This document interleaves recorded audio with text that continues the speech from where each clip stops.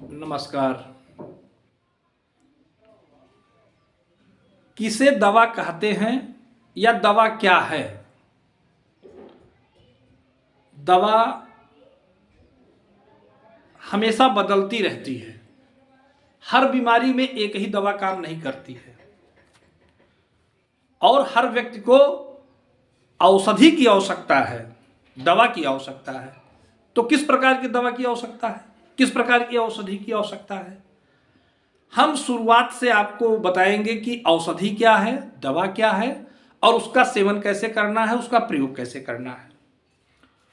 जैसे आप सुबह सोकर जगते हैं तो सुबह 4 बजे के बाद जगना यह औषधि है, यह भी दवाई है, दवा है। अगर आप सुबह सोकर जगते हैं 4 बजे के बाद निश्चित रूप से जग जाना चाहिए। 4 से और 5 के बीच में तो जरूर जग जाना चाहिए और जगने के बाद कुछ दूर तक पैदल चलना चाहिए। अगर आप युवा हैं या बालक हैं तो आपको थोड़ा दौड़ना चाहिए, मॉर्निंग वॉक करना चाहिए, यह भी औषधि है। सुबह बड़े बुजुर्गों का आशीर्वाद लेना चाहिए। संत महात्मा, गुरु, माता पिता,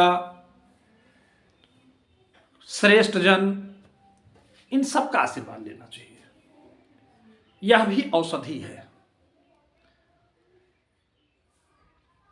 देव दर्शन करना चाहिए, यह भी औषधि है। ईश्वर की कृपा, ईश्वर का आशीर्वाद लेना चाहिए।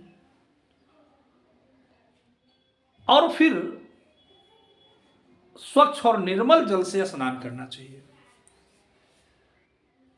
और संकल्प करना चाहिए, अपने आप से वादा करना चाहिए कि हम किसी को कष्ट नहीं पहुंचाएंगे,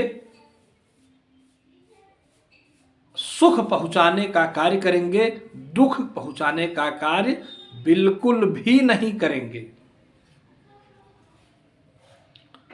ऐसा संकल्प भी औषधि है। सकारात्मक सोच रखना, ईश्वर में श्रद्धा रखना, आस्तिक होना, पूजा पाठ करना, मंत्र जप करना, ये सब औषधि है।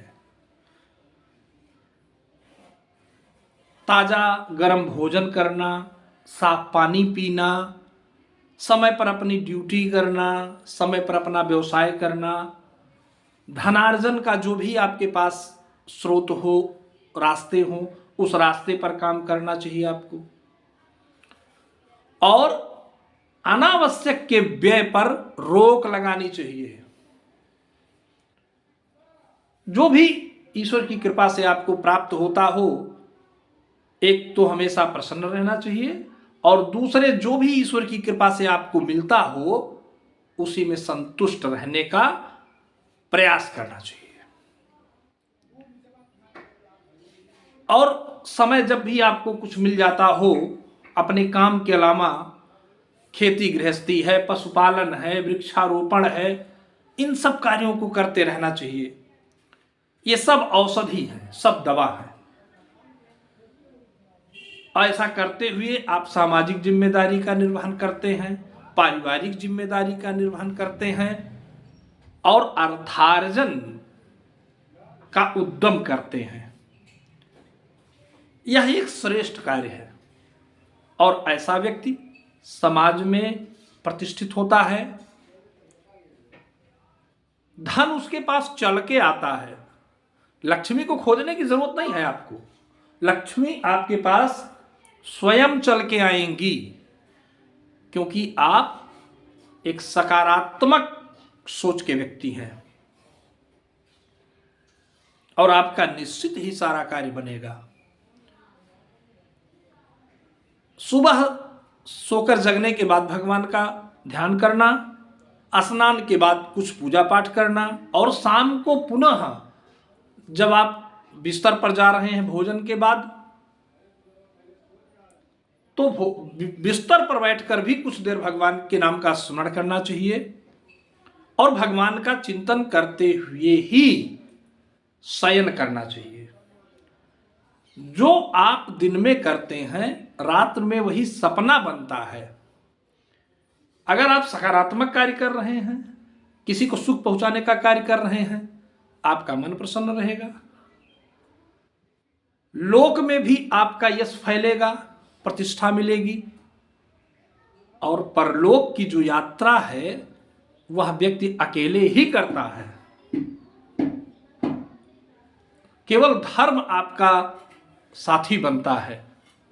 धर्म के कार्यों को करते हुए, सभी कार्यों को प्रभु के चरणों में समर्पित करते हुए, अपने आप को केवल माध्यम मानना चाहिए।